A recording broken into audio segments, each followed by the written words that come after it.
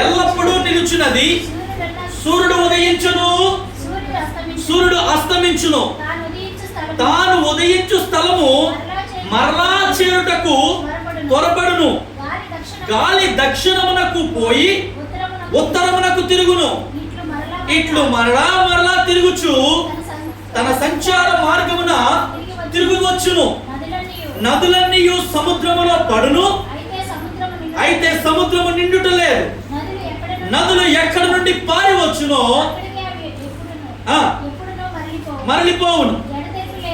ఎడతెరిపి లేకుండా సమస్తము జరుగుచున్నది.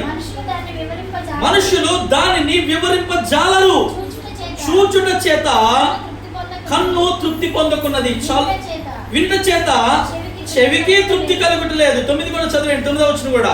మునుపు ఉండినదే ఇక ఉండబోవునది, మునుపు జరిగినదే ఇక జరగబోవునది. సూర్యుని క్రింద నూతనమైనదేదియు లేదు. వాక్యం అర్థం చేసుకుందాం జాగ్రత్తగా. సూర్యుని క్రింద ఏం లేదంట, నూతనమైంది ఏదీ లేదు. మరి ఇప్పుడు ఏ సంవత్సరంలోకి వచ్చాం? రాత్రే అన్ని చెప్పుకున్నాం, happy new year, happy new year, happy new year. కనబడిన వాళ్ళు అందరం చెప్పుకుంటూ పోయాం.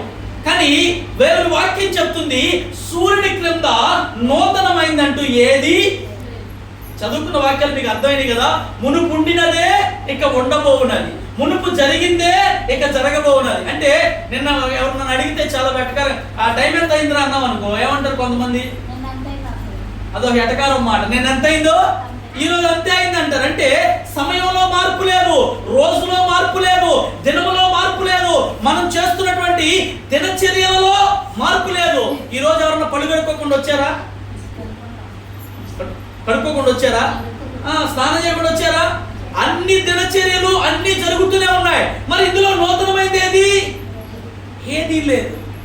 సూర్యుని క్రింద నూతనమైంది ఏదీ లేదు. సమయంలో మార్పు లేదు, రోజులో మార్పు లేదు, మన దినచర్యలలో మార్పు లేదు, ఏ ఒక్క పారిశ్రామిక పనులలో కూడా మార్పు లేదు. ఈ రోజు ఎవరికి సెలవు కూడా లేదు.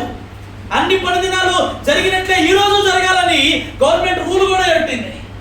చాలా మంది పనులు కూడా వెళ్ళిన వాళ్ళు ఉన్నారు. మరి ఇంకా నూతనమైంది ఏమిటి? నూతనంగా మారాల్సింది ఏమిటి? సొలొమోను చెప్తున్న మాటలలో ఉన్న అంతర్భాగాన్ని మనం గమనించగలగాలి. మరి సూర్యుని క్రింద ఏది నూతనముగా ఉండేది లేదు అని చెప్తున్నాడు. ఇంకో వచనాన్ని మనం చదువుదాం, చూడండి. ఇర్మీయా గ్రంథము 13వ అధ్యాయము 23వ వచనం. ఇర్మీయా గ్రంథము 13వ అధ్యాయము 23వ వచనం.